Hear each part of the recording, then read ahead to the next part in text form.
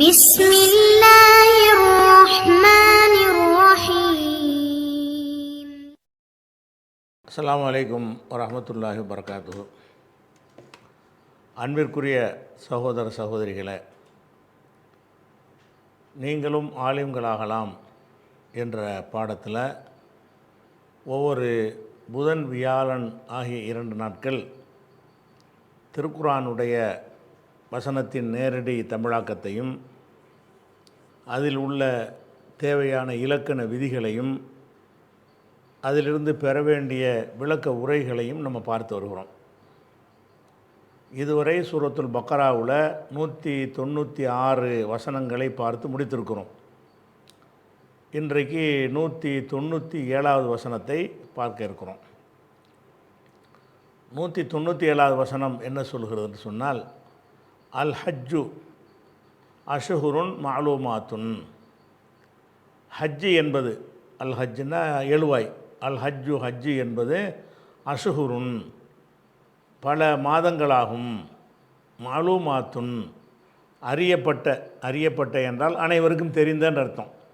இதை என்னென்ன மாதம்னு சொல்ல தேவையில்லை, மக்களை அறிந்து வைத்திருக்கிறார்கள் அப்படிங்கிற சொல்வதற்கு இந்த வார்த்தையை பயன்படுத்துவாங்க. அல் ஹஜ்ஜு ஹஜ்ஜு என்பது அஷ்ஹுருன் மஅலூமாத்துன் அறியப்பட்ட மாதங்களாகும். அப்போ ஹஜ்ஜு என்பது பல மாதங்களுக்கு செய்ய வேண்டிய ஒரு விஷயம் இதில் வருகிறது. இதில் அஷ்ஹுருன் என்கிற வார்த்தை ஷஹ்ர் என்பதற்கு பன்மை. ஷஹ்ர் என்றால் மாதம், அஷ்ஹுர் என்றால் மாதங்கள். இந்த மாதங்கள் என்பதற்கு இன்னொரு பன்மையும் இருக்குது, ஷுஹூர் என்றும் சொல்லலாம். ஷஹ்ர் என்றால் மாதம், ஷுஹூரு அஷ்ஹுரு இந்த ரெண்டுமே போட்டோம்னா மாதங்கள்னு அர்த்தம். சில இடங்களில் ஷுஹூருங்கிற வார்த்தையும் குர்ஆனில் பயன்படுத்தப்பட்டிருக்கும், சில இடங்களில் அஷ்ஹுருன்னு பயன்படுத்தப்பட்டிருக்கு. அந்த இடம் இது. அல் ஹஜ்ஜு ஹஜ்ஜு என்பது அஷ்ஹுருன் மஅலூமாத்துன் அனைவருக்கும் அறியப்பட்ட என்றால் அனைவருக்கும் தெரிந்திருக்கிற, அந்த குர்ஆன் எந்த மக்களுக்கு அருளப்படுகிறதோ அந்த மக்களுக்கு தெரிஞ்சிருந்தது. அஷ்ஹுருன் மஅலூமாத்துன் அறியப்பட்ட மாதங்கள், அதாவது அனைவருக்கும் தெரிந்த மாதங்களாகும். அறியப்பட்ட என்றால் யாருக்கு அறியப்பட்டதுன்னு சொல்லலையில், அப்படின்னா அனைவருக்கும்னு வச்சுக்கிறேன். அனைவருக்கும் அறியப்பட்ட, அனைவராலும் அறியப்பட்ட மாதங்களாகும் அப்படின்ட்டு இந்த வசனம் ஆரம்பிக்கிறது. இதில் நமக்கு ஒரு பல சந்தேகங்கள் வரும். என்ன சந்தேகம் என்றால், ஹஜ்ஜு என்பது பல மாதங்களுக்கு எங்கே இருக்குது? ஹஜ்ஜு என்பது துல்ஹஜ்ஜுன்னு ஒரு மாதம் இருக்குது, அந்த மாதத்தில் தான் நம்ம ஹஜ்ஜு செய்யணும். அந்த மாதத்தில் கூட முழு மாதமும் ஹஜ்ஜுடைய வேலைகள் கிடையாது. அதில் சில நாட்கள் தான், அதாவது 7ஆம் நாளில் இருந்து 13ஆம் நாள் வரைக்கும் தான் ஹஜ்ஜுடைய காரியங்கள் இருக்கும். பிறை 7 இருந்து பிறை 13 வரைக்கும் தான் ஹஜ்ஜுடைய காரியங்கள்லாம் இருக்கும். அப்போ அந்த ஹஜ்ஜி மாதத்துலேயே ஹஜ்ஜு கிடையாது, முழுசாக இல்லை. அப்படி இருக்கும் பொழுது அல் ஹஜ்ஜு அஷ்ஹுருன் மஅலூமாத் என்று சொல்வது ஒரு குழப்பத்தை மக்களுக்கு ஏற்படுத்தும். ஹஜ்ஜு என்பது சில மாதங்கள் என்று அல்லாஹ் சொல்கிறானே, அறியப்பட்ட மாதங்கள் என்று சொல்கிறானே, மாதங்கள் இல்லையே, ஹஜ்ஜுங்கிறது துல்ஹஜ்ஜில் மட்டும்தானே செய்ய முடியும் அப்படிங்கிற ஒரு சந்தேகம் இதில் வரும். ஆனால் சந்தேகம் வந்தாலும் அந்த சந்தேகம் அந்த மக்களுக்கு வராது. ஏன்னா அவங்களுக்கு தெரிஞ்சிருக்குன்னு நல்லா சொல்லிடுறான்ல. அது என்னன்னு கேட்டால், இப்போ ரமலான் முடிஞ்சோன்னா ஷவ்வால் வருது, ஷவ்வாலுக்கு அடுத்து துல்காதா வருது, துல்காதாக்கு அடுத்து துல்ஹஜ்ஜு வருது. இந்த 3 மாதங்கள் தான் ஹஜ்ஜுடைய மாதங்கள்.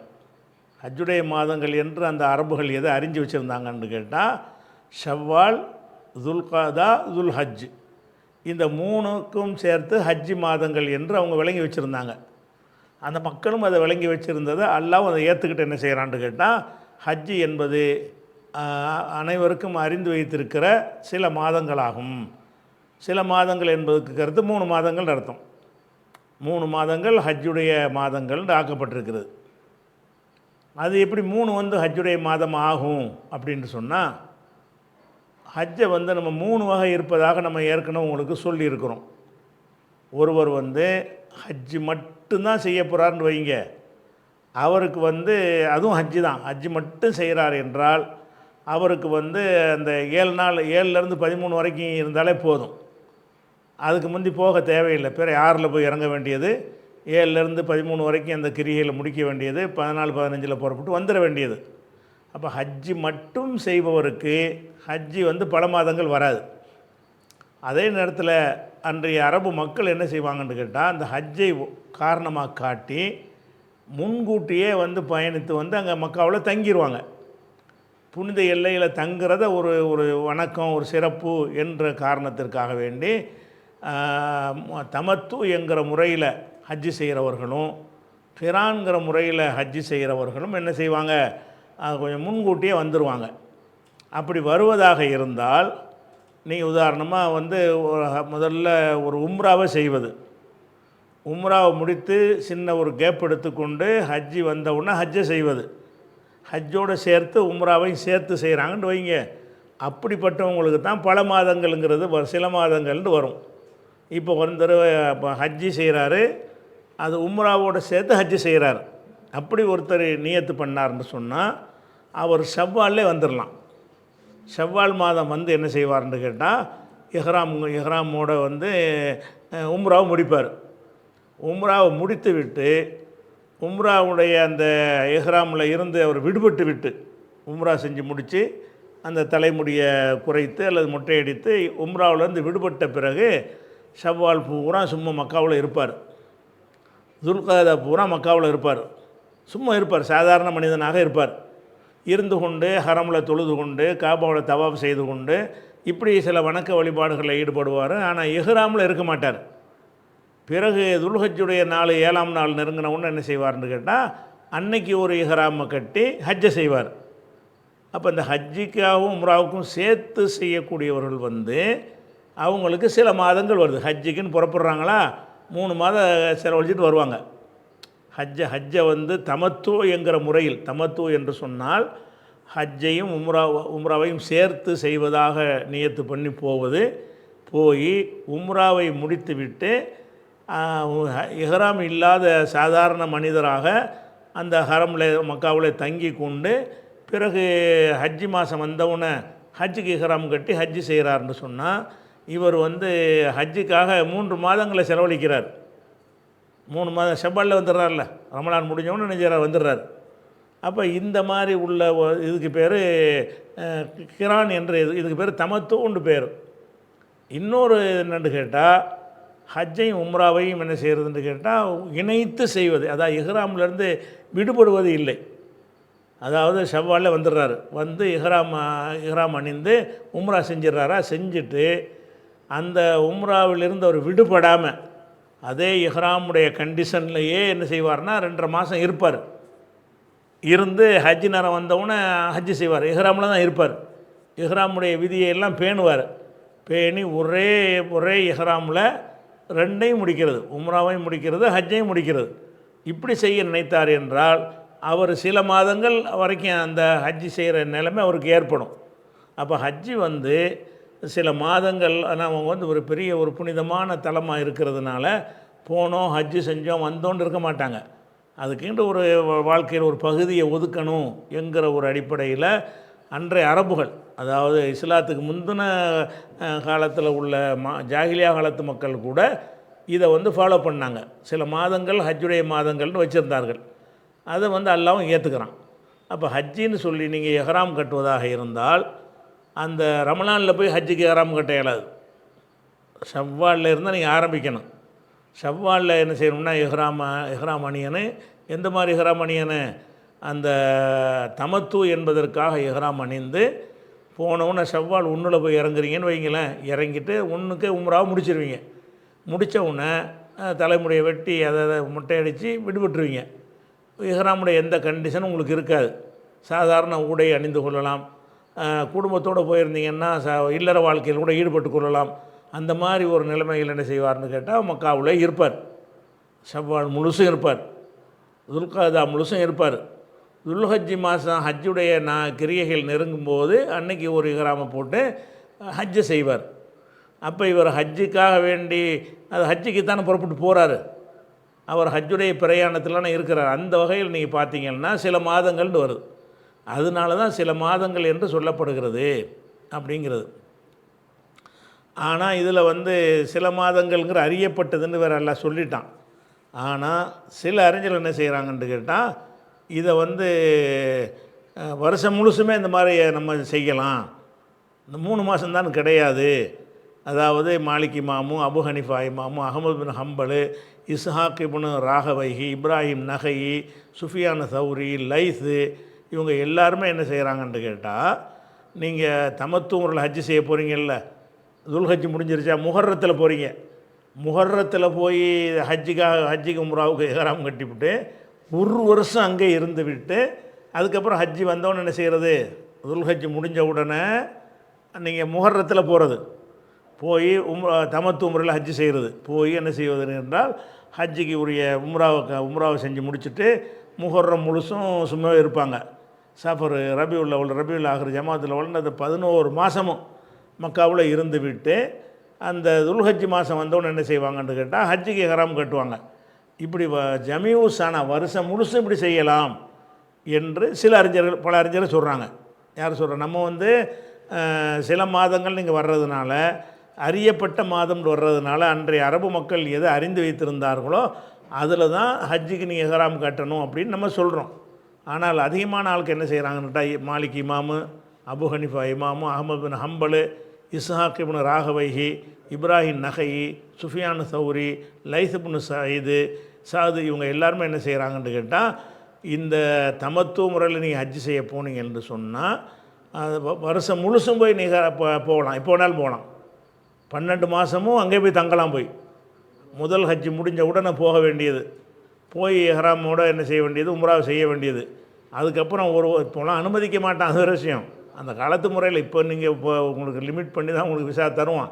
அந்த காலத்தில் ஃப்ரீயாக இருந்த ஒரு காலத்தில் என்ன செய்வாங்க, அதை 12 மாதம் 11 மாதமெல்லாம் போய் தங்கலாமான்னா தங்கலாம். ஹஜ்ஜிக்குரிய இஹ்ராமை வந்து எப்போவே நீங்கள் ஆரம்பிச்சிடலாம், வந்து 1 வருஷத்துக்கு முன்னே கூட ஆரம்பிக்கலாம் அப்படின்னு சொல்லி நான் சொன்ன இந்த அறிஞர்கள்லாம் சொல்கிறாங்க. எதனால் அப்படி சொல்கிறாங்கன்னு கேட்டால், அவங்க ஒரு வசனத்தை ஆதாரம் காட்டுறாங்க. அதாவது 189வது வசனம், இதே பக்ராவில் 189வது வசனம். அதை வந்து முன்னாடியே நம்ம கடந்து வந்துட்டோம். அதில் என்ன வருதுன்னா, அலுவனக்கு அனில் அஹில்லா, பிறைகளை பற்றி நபி உம்மிடத்தில் கேட்கிறார்கள். இந்த பிறைன்னு இருக்குது, அது எதுக்காக வேண்டி இருக்குது, எதுக்காக வேண்டி சின்னதாக இருக்குது, அப்புறம் பெருசாக போகுது, அப்புறம் வளருது, அப்புறம் தேயுது, இது என்னத்துக்கு இப்படி இந்த மாற்றங்கள் ஏற்படுது என்று உம்மிடத்தில் கேட்கிறார்கள். குல் நபி, நீங்கள் சொல்லுங்கள், ஹிய மவாக்கீத்துல் நாஸ் ஒல் ஹஜ், இந்த பிறைகள் என்பது ஹஜ்ஜிக்கும் மக்களுக்கும் காலம் காட்டியாகும், ஹஜ்ஜுடைய காலம் காட்டுவதற்கு தான் அது வருகிறது என்று அந்த வசனத்தில் வருகிறது. அதை வச்சு என்ன செய்கிறாங்கன்னு கேட்டால், காலமெல்லாம் செய்யலான்றாங்க, வருஷம் முழுசும் செய்யலாங்கிறதுக்கு இந்த ஆதாரத்தை கொண்டாந்து காட்டுறாங்க. ஆனால் அப்படி எடுக்க இயலாது. ஏன்னா அல்லாஹ் வந்து பிறைகளை பற்றி சொல்லும் பொழுது மக்களுக்கு காலங்காட்டின்னு சொல்லிவிட்டு அது வந்து ஹஜ்ஜிக்கும் காலம் காட்டுது அப்படின்னு சொல்லுவானே. ஆனால் ஹஜ்ஜுக்குரிய காலம் எதுவோ அதை காட்டுதுன்னு அர்த்தமே தவிர வருஷம் முழுசும் ஹஜ்ஜுக்கு இஹ்ராம் கட்டலாங்கிற அர்த்தம் வராது. வருது என்று விளங்கி கொண்டு இந்த அறிஞர்கள்லாம் வந்து என்ன செய்கிறாங்கன்னா, வருஷம் முழுவதும் இப்படி செய்யலாங்கிறாங்க. அவங்க கருத்து பிரகாரம் ஹஜ்ஜு என்பது அறியப்பட்ட மாதம்ங்கிறது 12 மாதமும் தான். அதை எப்போ வேணாலும் போய் ஹஜ்ஜின்னு இஹ்ராம் கட்டிட்டு போயிடலாம். அது தமத்து முறையில் தான், வெறும் ஹஜ்ஜிக்கு பண்ண முடியாது. வெறும் ஹஜ்ஜிக்கு பண்ணுறது தான் உங்களுக்கு அந்த அன்னைக்கு வந்தாலும் போதுமே. அது போக என்னென்னு கேட்டால், ஒருத்தர் ஹஜ்ஜு மட்டும் செய்ய நினைக்கிறாருன்னு வைங்க, அவர் வந்து அந்த 7ஆம் நாளில் வந்து இஹ்ராம் கட்டி ஹஜ்ஜுடைய காரியத்தை தூக்குறார்ல, அப்படி இல்லாமல் 1 மாதம் முந்தையே ஹஜ்ஜுக்கு இஹ்ராம் கட்டி இஹ்ராமில் இருப்பார். அப்படி இருந்தாலும் இருக்கலாம், தப்பு கிடையாது. அந்த ஹஜ்ஜு நேரத்தில் ஒரு இஹ்ராம் இருக்கணுன்றது முக்கியமே தவிர முன்கூட்டியே அந்த இஹ்ராமை அணிந்து கொள்ளலாமான்னா தாராளமாக அணிந்து கொள்ளலாம். அப்படிங்கிற கணக்குப்படி பார்த்தீங்கன்னா இந்த அறிஞர்கள்லாம் என்ன சொல்கிறாங்கன்னு கேட்டால், காலமெல்லாம் நீங்கள் ஹஜ்ஜுக்கு இஹ்ராம் கட்டிக்கிடலாம், போயிட்டு இந்த இஹ்ராமில் இருந்துட்டு ஹஜ்ஜி வரும்போது ஹஜ்ஜி செய்யுங்க. வசதி ரபியுல் உள்ள கூட போங்க, ஹஜ்ஜின்னு இஹ்ராம் கட்டிட்டு போய் இஹ்ராமோடையே அங்கே இருந்துட்டு என்ன செய்யுங்க, ஹஜ்ஜி நேரம் வரும்போது அதே இஹ்ராமில் ஹஜ்ஜை முடிங்க. 6 மாதம் இஹ்ராமில் இருப்பார், 7 மாதம் இஹ்ராமில் இருப்பார், 8 மாதம் இஹ்ராமில் இருப்பார். இருந்து விட்டு ஒரு 2 தனியாக ஹஜ்ஜுக்குன்னு இஹ்ராம் கட்டுறதில்லை. முன்னாடியே போய் எப்போ விருப்பமான நேரத்தில் போய் என்ன செய்ய வேண்டியது, அதை வந்து இஹ்ராம் அப்படிங்கிற கருத்தை இவங்க சொல்கிறாங்க. நான் சொன்ன அந்த அறிஞர்கள்லாம் என்ன சொல்கிறாங்கன்னு கேட்டால், வருஷம் முழுவதும் நீங்கள் ஹஜ்ஜுக்கு இஹ்ராம் கட்டிக்கிறலாம்.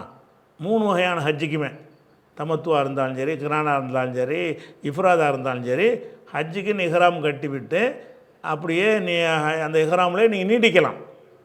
நீடித்து ஹஜ்ஜு நேரம் வந்தவுடனே நீங்கள் ஹஜ்ஜை செய்யலாம். அந்த நேரத்துக்கு ஒரு இஹ்ராம் கட்ட தேவையில்லை. ஆனால் இஹ்ராமுடைய அந்த கண்டிஷன்களை கடைப்பிடிக்கணும். இஹ்ராம் கட்டிட்டு என்ன செய்யணும், இஹ்ராமுடைய கண்டிஷனை கடைப்பிடிக்கணும். இப்படி காலமெல்லாம் செய்யலாம்னு சொல்லி இந்த அறிஞர்கள் சொல்கிறாங்க. ஆனால் காலமெல்லாம் செய்யலாம்னு இருக்குமையானால் அறியப்பட்ட மாதங்கள் நல்லா சொல்லுவானா? அனைத்து மாதங்கள் இருக்குமையானால் இப்போ அவன் மாலூமாத்து தேவையில்லையா? ஹஜ்ஜி என்பது காலமெல்லாம்னு சொல்லிட்டு போகிறதுக்கு பதிலாக அல்லாஹ் என்ன செய்கிறான்னு கேட்டால் அஷுஹுருன் மாலூமாத்துன், தெரிந்த மாதங்கள் என்று சொல்லும் பொழுது அனைத்து மாதங்களும் இல்லைன்னு அதில் விளங்குகிறது. அதனால் இவங்க சொல்லக்கூடிய வருஷம் பூரா ஹஜ்ஜிக்கு இஹ்ராம் கட்டலாம்ங்கிற கருத்து அவ்வளோ பேர் அறிஞர்கள் சொன்னாலும் அது சரியில்லை. ஏன் சரியில்லைன்னு கேட்டால் இந்த வசனத்தை அர்த்தமில்லாமல் ஆக்குது. அது அஷுஹுருன் மாலூமாத்துன்னு எல்லாம் சொல்கிறான், அறியப்பட்ட மாதங்கள். அப்போ அறியப்பட்ட மாதங்கள்னால் என்ன அர்த்தம்? ஹஜ்ஜுக்குன்னு அறியப்பட்ட சில மாதங்கள் இருந்திருக்கிறது, 12 மாதங்களும் அல்ல, சில மாதங்கள் தான். அப்படின்னு இருக்கும் பொழுது அவங்க வருஷம் பூரா இஹ்ராம் கட்டலாம்னு சொல்லுவது தப்பு. அதனால் இந்த அறியப்பட்டது என்ன அறியப்பட்டு இருந்துச்சின்னு சொன்னால் அது ஷவ்வாலில் தான் என்ன செய்வாங்க, அப்படி பண்ணுவாங்க. ஷாஃபி இமாம் என்ன செய்கிறாருன்னு கேட்டால் இஹ்ராம் கட்டுறது அதுக்குரிய மாதம்னு சொல்லக்கூடிய ஹஜ்ஜுடைய மாதங்களில் மட்டும்தான் கட்டணுங்கிறாரு. அவர் சொல்வது தான் இந்த விஷயத்தில் சரியாக இருக்கிறது. அதே மாதிரி இப்னு அப்பாஸ் சொன்னதாக அந்த வசனத்தில் விளங்குறது. இப்னு அப்பாஸ் சொன்னதாக முஸன்னஃப் அப்துர் ரஸாக்குங்கிற ஒரு நூலில் என்ன வருதுன்னு கேட்டால் லா எம்பகைல் அஹதின், யாருக்கும் கூடாது, ஐ யுஹில்ல பில் ஹஜ்ஜி, ஹஜ்ஜிக்கு இஹ்ராம் கட்டுவது கூடாது, இல்லா ஃபி ஷுஹூரில் ஹஜ்ஜி, ஹஜ்ஜி மாதங்களில் தவிர அதுக்கு என்ன செய்யாது, அதில் செய்யக்கூடாது அப்படின்னு சொல்லி இப்னு அப்பாஸ் சொல்கிறார். சொல்லிவிட்டு என்ன செய்கிறாருன்னா அதுக்கு ஆதாரம் காட்டுறாரு. எப்படி ஆதாரம் காட்டுறாரு? ஃபமன் ஃபரல்லா ஃபீஹின்னல் ஹஜ்ஜ, அந்த மாதங்களில் யார் ஹஜ்ஜை கடமையாக்கி கொள்கிறாரோ, அதாவது இதுக்கு அடுத்து சொல்லு, இந்த வருதில்ல வசனத்தில் அதுக்கு அடுத்து வரும், இந்த இருக்கு பாருங்க, இதுதான் அது அல் ஹஜ் அஷூரன் மாலூமாத்துக்கு அடுத்து இந்த வாசகம் வரும். ஹஜ்ஜு சில மாதங்கள் தான் அல்லாஹ் சொல்லிட்டு என்ன செய்கிறான்னு கேட்டால் ஃபமன் ஃபரல்லா ஃபீஹின்னல் ஹஜ்ஜ, ஃபீஹின்ன என்றால் அந்த மாதங்களில், ஹஜ்ஜுடைய அறியப்பட்ட மாதங்களில் யார் ஹஜ்ஜை விதியாக்கி கொள்கிறாரோன்னு வர்றதுனால ஹஜ்ஜுடைய இஹ்ராம் என்பதை ஹஜ்ஜின் மாதங்களாக இருக்கக்கூடிய ஷவ்வால் துல்கதா அதில் தான் நீங்கள் என்ன செய்யணும், இஹ்ராம் கட்டணுமே தவிர அதுக்கு முன்னாடியே கட்டுவது கூடாது என்று இப்னு அப்பாஸ் இந்த வசனத்தை வைத்தவர் சொல்கிறாரு.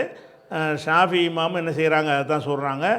இப்னு உமர் என்ன செய்கிறாருன்னு கேட்டால் அவரும் சொல்கிறார். எப்படி சொல்கிறாருன்னு கேட்டால் ஹிய ஷவ்வாலு வ துல்கதா வாசுர் மினதில் ஹிஜ்ஜா. புகாரி இப்னு உமர் சொன்னதை புகாரில் எடுத்து போடுறார், சனது இல்லாமல். இப்னு உமர் சொல்கிறார் என்னென்னு கேட்டால் ஹிய ஷவ்வாலும், அந்த அறியப்பட்ட மாதங்கள் என்பது ஷவ்வால். இது அவங்க சொல்கிறத நம்ம ஏற்றாகணும். அறியப்பட்ட மாதங்கள்னால் அந்த மக்கள் என்னத்தை அறிஞ்சு வச்சுருக்கிறார்கள் என்பது சஹாபாக்களுக்கு தான் தெரியும். அப்போ ஹிய அந்த அறியப்பட்ட மாதங்கள் என்பது ஷவ்வாலுன், ஷவ்வால் மாதமும், ஒ துல்கதத்தி துல்கதா மாதமும், ஒ அஷுருன் மின் துல்ஹிஜ்ஜா, துல்ஹஜ் மாதத்தில் ஒரு 10 நாட்களும் ஆகும் அப்படின்னு யார் சொல்கிறா? இப்னு உமர் சொல்கிறார். அப்போ இந்த கருத்துப்பட உள்ள அறிஞர்கள் இப்னு அப்பாஸ் அவங்கெல்லாம் சொல்கிறாங்களா? அதே மாதிரி இந்த கருத்தை, அதாவது வருஷம் பூராலாம் இஹ்ராம் கட்ட முடியாது, ஹஜ்ஜுக்குன்னு நீங்கள் இஹ்ராம் கட்டுவதாக இருந்தால் அந்த ஷவ்வால்லேருந்து துல்ஹஜ்ஜுக்குள்ளே தான் கட்டிக்கிறேன்னு, அதுக்கு முன்னாடியே கட்டிட்டு வருஷ கணக்கில் 10 மாதம் உட்கார்றது 8 மாதம் உட்கார்ற விளையாட்டுலாம் கூடாது என்ற கருத்தில் நிறைய பேர் சொல்லியிருக்கிறாங்க. அவங்க யாரெல்லாம் சொல்லியிருக்கிறாங்கன்னா உமர் சொல்லியிருக்கிறாங்க, அலி ரலியல்லாஹு சொல்கிறாங்க, இப்னு மசூது சொல்கிறாங்க, அப்துல்லா இப்னு ஜுபைர் சொல்கிறாங்க, இப்னு அப்பாஸ் சொல்கிறாங்க, அத்தா என்பவர் சொல்கிறார், தாவூசு சொல்கிறார், முஜாஹிது சொல்கிறார், இப்ராஹிம் நகை சொல்கிறார், ஷோபி சொல்கிறார், ஹசன் பசரி சொல்கிறார், இப்னு சீரின் அவர் சொல்கிறார், மக்ஹூல் சொல்கிறார், கத்தாதா என்பவர் சொல்கிறார், லஹாக்கு சொல்கிறார், ரபீபின் அனசு சொல்கிறார், முகாத்தில் இப்னு ஹையான் சொல்கிறாரு, ஷாஃபி இமாமும் இதை சொல்கிறார்கள். அதே மாதிரி இப்படிலாம் இருக்குது. ஆனால் இது அபு ஹனீஃபா, அஹ்மது, அபு யூசுஃப் இவங்கெல்லாம் சொன்னதாக இன்னொரு அறிவிப்பு இருக்குது. அப்போ இதில் என்ன வழங்கணும்னு கேட்டால் ஹஜ்ஜு என்பது வருஷம் பூரா செய்ய முடியாது. ஹஜ்ஜுக்கு நீங்கள் இஹ்ராம் கட்டுவதாக இருந்தால் ஹஜ்ஜுடைய காரியங்கள் அந்த ஒரு சில நாட்களில் ஒரு 6 நாளைக்கு 7 நாளைக்கு தான் ஹஜ்ஜுடைய காரியங்கள் இருந்தாலும் ஹஜ்ஜுக்கு இஹ்ராம் கட்டுவதற்கு உங்களுக்கு அந்த மாதம் 3 மாதம் இருக்கிறது. அந்த 3 மாதத்தில் நீங்கள் இஹ்ராம் கட்டிக்கிட்டு அது என்ன செய்யலாம், இஹ்ராம்லையே நீடிக்கிறாந்தால் நீடிக்கலாம். அல்லது இஹ்ராமில் உம்ரா முடிச்சுவிட்டு என்ன செய்யலாம், ஹஜ்ஜி வர்ற வரைக்கும் இஹ்ராம் இல்லாமல் அந்த மக்காவில் தங்கி இருந்து தவாஃப் செய்து கொண்டு தொழுது கொண்டு வந்து வெயிட் பண்ணிக்கிட்டு இருக்கலாம். எல்லாமே கூடுங்கிறது தான் இந்த இடத்துல என்ன செய்யப்படுதுன்னு கேட்டால்,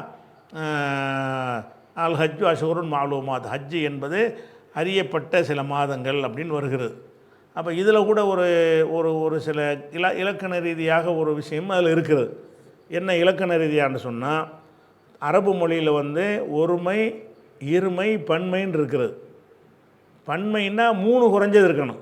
ஏன்னா இருமைக்கு தனியாக போடுறதுனால ஒருமை, இருமை, பன்மைன்ற 3 வகை இருக்குல்ல. அப்போ பன்மை என்று சொல்வதற்கு குறைஞ்சபட்சம் 3 இருக்கணும். 4 இருந்தால் 40 இருந்தால் 100 இருந்தால் 4000 இருந்தாலும் அது வந்து பன்மையாக இருந்தாலும் குறைஞ்சது பன்மைன்னு சொன்னால் எத்தனை இருக்கணும், 3 இருக்க வேண்டும். 3 கம்மியாக இருந்தால் ஷஹ்ரானின்னு இருப்பான்ல. 3 கம்மியாக இருந்துச்சுன்னா ஹஜ்ஜி என்பது 2 மாதங்கள் நல்லா சொல்லியிருப்பான். இருமைக்கு தனி சொல் இருக்கிறதுனால ஹஜ்ஜி என்பது பன்மைன்னு சொன்னது, பன்மைக்கு குறைஞ்சபட்சம் 3 இருக்கணும். இங்கே 3 வரலையே, 2 சொச்சம் தானே வருது. ஷவ்வால் துல்கதா முழு மாதம், துல்ஹஜ்ஜில் பாதி மாதம் தானே வருது. அப்போ வந்து முழு மாதம் வரலையேன்னு கேட்டால் இது எல்லா மொழியிலையும் வழக்கத்தில் உள்ளது. சொச்சத்தையும் சேர்த்துக்கிடுவாங்க.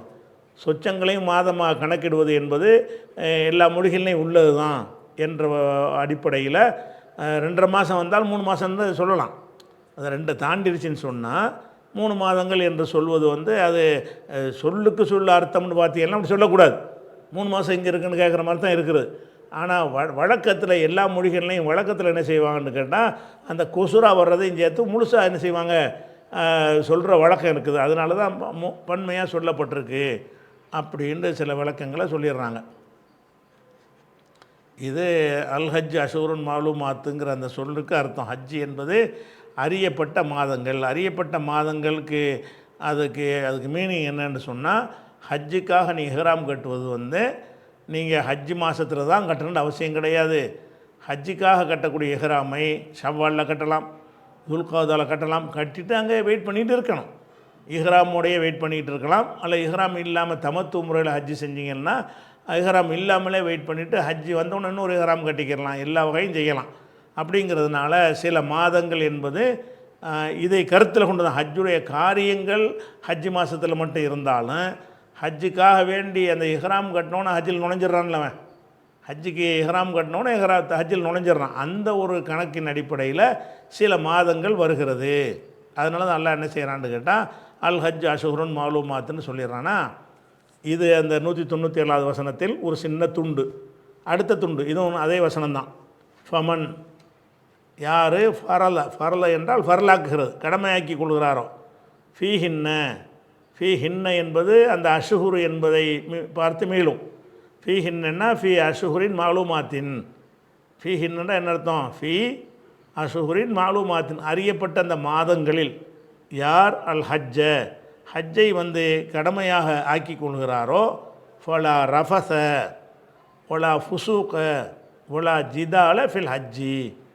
இந்த ஹஜ்ஜில் வந்து ரஃபஸ் என்பது கூட, ரஃபஸ்னால் என்னென்னு விளக்கிடுவோம், ரஃபஸ்ன்னு இப்போதைக்கு வச்சுக்கிறோம். ஃபலா ரஃபஸ, அந்த ஹஜ்ஜில் வந்து ரஃபஸு கூடாது, ரஃபஸு கிடையாது. ஒலா ஃபுசூக்கு என்பதும் கிடையாது. ஒலா ஜிதால் என்பதும் கிடையாது. ஃபில் ஹஜ்ஜி, ஹஜ்ஜில் இந்த 3 செய்யக்கூடாது. ஹஜ்ஜின்னு நீங்கள் எப்போ இஹ்ராம் கட்டிட்டீங்களோ, ஹஜ்ஜில் அது துல்ஹஜ்ஜில் கட்டினா தான் கிடையாது, ஷவ்வாலில் கட்டிட்டாலும் சரி தான். ஷவ்வாலில் நீங்கள் கட்டிட்டாலும் சரி தான். ஃபலா ரஃபஸ் என்பது கூடாது. ஒலா ஃபுசூக் என்பதும் கூடாது. ஒலா ஜிதால் என்பதும் கூடாது என்று அல்லாஹ் சொல்லி காட்டுகிறான். இப்போ முதல்ல இந்த ரஃபஸ் என்பது என்ன அர்த்தம் அப்படின்னு பார்த்தீங்கன்னு சொன்னால், இது 2வது சூறாவில் 187 அந்த வசனத்தில் வந்து என்ன செய்யுதுன்னா, அந்த ரஃபஸுங்கிற வார்த்தை அல்லாஹ் யூஸ் பண்ணுறான். அதாவது ரஃபஸுக்கு பல அறிஞர்கள் பலவிதமான அர்த்தத்தை கொடுக்குறாங்க. நம்ம குரான்லேருந்து கொடுப்பதாக இருந்தால் ரஃபஸு என்று சொன்னால் தாம்பத்தியம். ரஃபஸுனால் என்ன அர்த்தம், தாம்பத்தியத்தில் ஈடுபடுதலுக்கு ரஃபஸுன்னு சொல்லுவாங்க. அதுக்கு ரிலேட்டிவாக ஒரு வசனம் சொல்வதாக இருந்தால் 2வது சூறாவில் 187வது வசனத்தில் உஹில்லலுக்கும், உங்களுக்கு ஹலாலாக்கப்பட்டிருக்கிறது, லைலத்த சியாமி, நோன்புடைய இரவில், நோன்பு கால இரவில் உங்களுக்கு ஹலாலாக்கப்பட்டிருக்கிறது, ரஃபசு இலா நிசாயிக்கும், உங்கள் மனைவிமார்ட்ட வந்து நீங்கள் தாம்பத்தியம் நடத்துவது ஹலால். இப்போ நோம்பில் பகலில் மட்டும்தான் உங்களுக்கு வந்து அந்த கண்டிஷன். ராத்திரி ஆயிடுச்சின்னு சொன்னால் நோன்பு மாதமாச்சின்னு பார்க்க தேவையில்லை. தாம்பத்தியத்தில் என்ன செய்யலாம், கணவன் மனைவி சந்தோஷமாக இருக்கலாம். அது வந்து ஹலால் என்று அல்லாஹ் சொல்கிறான். அப்படி சொல்லும்போது அதுக்கு பயன்படுத்துகிற வார்த்தை என்னன்னு கேட்டால் ரஃபசு, உஹில்லலக்கும், உங்களுக்கு ஹலாலாக்கப்பட்டிருக்கிறது. லைலத்து சியாமி, நோன்புடைய இரவில் ஹலாலாக்கப்பட்டிருக்கிறது. ரஃபசு இலா நிசாயிக்கும், உங்கள் மனைவிமார்களிடம் நீங்கள் சேருவது, தாம்பத்தியத்தில் ஈடுபடுவது உங்களுக்கு நோன்பு மாதத்தில். இது எதுக்கு நோன்புக்கான இதை சொல்லலை, ரஃபதுடைய அர்த்தத்துக்காக எடுத்து காட்டினேன். ரஃபதுங்கிறதுக்கு என்ன அர்த்தம் என்று கேட்டால், மனைவியோட கணவனோட 2 பேரும் சந்தோஷமாக இருக்கிறதுக்கு பேர் தான் சந்தோஷம்னா தாம்பத்தியத்துக்கு பேர் தான் ரஃபஸுங்கிறது.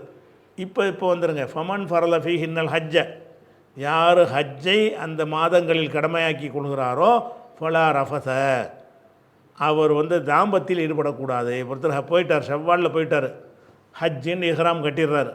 இஹ்ராம் கட்டின உடனே ஷவ்வாலில் இருந்து துல்ஹஜ் வரைக்கும் இஹ்ராமில் இருக்கிறார், ஹஜ்ஜுக்கு வெயிட் பண்ணிக்கிட்டு. அப்படி இருப்பாரையானால் அந்த 2.5 மாதத்துக்கும் அவர் என்ன செய்யக்கூடாது, ஃபலா ரஃபஸ, நம்ம ஹஜ்ஜுக்கு தான் நாள் இருக்குது, இன்னும் கொஞ்சம் 2 மாதம் தானே சும்மா இருக்க போகிறோம் அப்படி நினைத்து கொண்டு மனைவியோடு போயிருந்தான்னு வைங்க, அவர் தாம்பத்தியம் செய்யலாமான்னா கூடாது. ஃபமன் ஃபரல ஃபீஹின்னல் ஹஜ்ஜ, அந்த மாதங்களில் ஹஜ்ஜை யார் கடமையாக்கி கொள்கிறாரோ ஃபலா ரஃபஸ, அவர் வந்து தாம்பத்தியத்தில் ஈடுபடுதல் கூடிய. ஃபலா ரஃபஸன்னா அந்த ரஃபஸன்னு வந்திருக்கு, நசபு செஞ்சு வந்துருக்கு, ஃபத்தகு பண்ணி வந்திருக்குல்ல, எந்த ரஃபஸும் கூடாது. எந்த ரஃபஸுன்னா என்ன அர்த்தம்னா, அடிமை பெண் வச்சுருப்பாங்க, அவங்களோட தாம்பத்தியம் பண்ணுறது, மனைவியோட பண்ணுவது, இப்படி எந்த வகையான தாம்பத்தியமும் என்ன செய்யாது, உடலுறவு. ஃபலா ரஃபஸ, உடலுறவு கொள்ளுதல் வந்து கூடாது. இப்போ ஹஜ்ஜின்னு இஹ்ராம் கட்டிட்டீங்கன்னு சொன்னால், ஹஜ்ஜுடைய மாதத்தில் மாத்திரமல்ல, எப்போ நீங்கள் கடமையாக்கிக்கிட்டீங்களோ அது உங்கள் சாய்ஸ். நீங்கள் விரும்பினா ஷவ்வாலில் கடமையாக்கிடலாம், நீங்கள் விரும்பினா துல்கௌதாவில் பண்ணிக்கிடலாம், நீங்கள் விரும்பினா துல்ஹஜ் மாதத்தில் கூட ஹஜ்ஜை கடமையாக்கிடலாம். அப்படி நீங்கள் எந்த மாதத்தை சூஸ் பண்ணி ஹஜ்ஜின்னு முடிவு எடுத்து கொண்டீர்களோ அப்படி எடுத்ததுக்கு பிறகு ஃபலா ரஃபஸ, அந்த அவ்வளோ காலத்துக்கு நீ என்ன செய்யக்கூடாது. இப்போ அதனால் ஹஜ்ஜில் இருக்கிற மாதிரி வந்துடுதில்ல. இப்போ ஹஜ்ஜுடைய மாதத்தில் இல்லாட்டாலும் இவர் ஹஜ்ஜுடைய கண்டிஷன் அவருக்கு பொருந்தது பாருங்கள். இப்போ அதனால தான் அந்த ஹஜ்ஜுடைய மாதங்கள்னு சொல்லப்படுது. ஃபலா ரஃபஸ, அவர் என்ன செய்யக்கூடாது, இல்லறத்தில் ஈடுபடக்கூடாது என்பதற்கு இந்த வசனம் ஒரு ஆதாரமாக இருக்கிறது. அப்போ யார் வந்து ஹஜ்ஜை கடமையாக்கி கொள்கிறாரோ ஃபலா ரஃபஸ, தாம்பத்தியில் ஈடுபடக்கூடாது, அது விளங்கிருச்சு. ஒலா ஃபுசூக்க, பாவமான காரியங்களை எப்பவும் செய்யக்கூடாது தான். ஆனால் ஹஜ்ஜின் இஹ்ராம் கட்டிவிட்டு போய் செஞ்சால் கூடுதல் குற்றமாகுதுல்ல. பாவங்கள் செய்யக்கூடாதுங்கிறது ஹஜ்ஜுக்கு மட்டுமா பாவம் செய்யக்கூடாது, பாவம் போய் சொல்கிறது, கோல் சொல்கிறது, புறம் பேசுகிறது, இந்த மாதிரி பாவமான காரியங்களில் ஈடுபடுதல் என்பது முழுமையாக மார்க்கத்தில் தடுக்கப்பட்ட ஒரு காரியமே தவிர சில மாதங்களுக்கு தடுக்கப்பட்ட காரியம் இல்லை.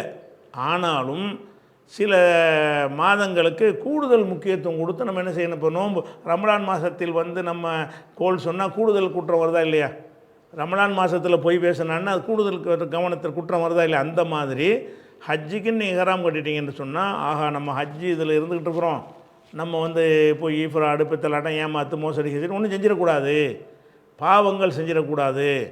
அப்போ உமன் பரல ஃபீஹின்னல் ஹஜ்ஜ, யார் அதில் ஹஜ்ஜை வந்து விதியாக்கி கொள்கிறாரோ ஃபலா ரஃபஸ, தாம்பத்தியமும் கிடையாது, ஒலா ஃபுசூக்க, பாவங்களும் கிடையாதுன்னா கூடாது, பாவமான காரியங்களை செஞ்சு விடாதீங்க. அதுக்கடுத்து ஒலா ஜிதால, சண்டை போடுவது. ஜிதால்னா என்ன செய்யணும், வாக்குவாதம் பண்ணுவதும் ஹஜ்ஜில் கூட. எதாக இருந்தாலும் வாக்குவாதம் பண்ணிட்டு இடக்கு முடக்கு பண்ணிவிட்டு நீ ஒன்று சொல்ல நான் ஒன்று சொல்ல, இப்படி வார்த்தையில் வாக்குவாதம் பண்ணிக்கிறோம்ல, தர்க்கம் பண்ணி கொள்வது. இந்த தர்க்கம் பண்ணி கொள்வதெல்லாம் ஹஜ்ஜில் கூடாது. ஹஜ்ஜில் வந்துட்டு விவாதத்துக்கு ஒரு ஒருத்தன் கேட்குறான், இப்போ நான் ஹஜ்ஜில் இருக்கிறேன், ஹஜ்ஜி முடிச்சுட்டு அப்புறம் பார்த்துக்குருவோம், ஒரு விவாதமே வச்சுக்கிறோமே, ஒரு விரலாட்டுறதான்னு ஒருத்தவங்க கேட்குறான், ஹஜ்ஜில் நீங்கள் இருக்கிறீங்க, இப்போ உள்ள நான் ஹஜ்ஜிக்கு வந்திருக்கேன்டா, இப்போ இந்த சர்ச்சையில் நான் ஈடுபட தயாராக இல்லை அப்படின்னு என்ன செய்யணும்னு கேட்டால், அந்த ஜிதாலுங்கிறது வந்து விவாதத்தையும் குறிக்கும், சர்ச்சை பண்ணி கொள்வதையும் குறிக்கும், வாரையால் சண்டை போட்டுக்கொள்வதையும் குறிக்கும், எல்லாத்தையும் சேர்த்து குறிக்கும். ஹஜ்ஜின்னு வரும்பொழுது நீங்கள் கூடுதல் பேணுதலாக நீங்கள் இருக்கணும். ஹஜ்ஜுக்கு கடமையாக்கிக்கிட்டிங்கன்னா தாம்பத்தியமும் கூடாது, பாவமான காரியமும் கூடாது. ஒலா ஜிதால் என்றால் தர்க்கமும் கூடாது, எந்த விதமான தர்க்கமும் பேசாமல் போய்கிட்டே இருக்கணும். தர்க்கம் நம்ம ஒரு நோக்கத்துக்கு வந்திருக்கிறோம், அல்லாஹ்வுடைய ஆலயத்துக்கு நம்ம வந்திருக்கிறோம், அல்லாஹ்வுடைய நெருக்கத்தை பெறுவதற்கு வந்திருக்கிறோங்கிற காரணத்தினால இந்த மனிதர்களோடு உள்ள பஞ்சாயத்துக்களை என்ன செய்யக்கூடாது, அதிகமாக வச்சுக்கிறக்கூடாது. ஒலா ஜிதால ஃபில் ஹஜ்ஜில் வந்து இந்த 3 காரியத்தையும் செய்யாதீங்க. அதாவது தாம்பத்தியமும் வேணாம், ஒலா ஃபுசுக்கு பாவங்களும் செய்ய வேண்டாம், ஒலா ஜிதால தர்க்கமும் வேண்டாம், ஹஜ்ஜில் வேண்டாம்னு நல்லா சொல்லிடுறான். அப்போ ஹஜ்ஜிங்கிறது அந்த சில மாதங்கள், அந்த மாதங்களை நீங்கள் முடிவெடுத்து கொண்டு ஷவ்வாலில் இஹ்ராம் கட்டிட்டீங்கன்னா ஷவ்வாலிலேருந்து ஹஜ்ஜி முடிகிற வரைக்கும் இதெல்லாம் செய்யாதீங்க. துல்காதாவில் இஹ்ராம் கட்டினீங்கன்னா துல்காதாவிலேருந்து துல்ஹஜ் வரைக்கும் அதை செய்யாதீங்க. துல்ஹஜ் 1ல் நீங்கள் இஹ்ராம் கட்டினீங்கன்னா அந்த எஞ்சிய நாட்களில் நீங்கள் செய்யாதீங்க. இந்த 3 காரியத்தையும் செய்யக்கூடாது அப்படிங்கிறது இந்த வசனத்திலிருந்து நமக்கு தெரிகிறது.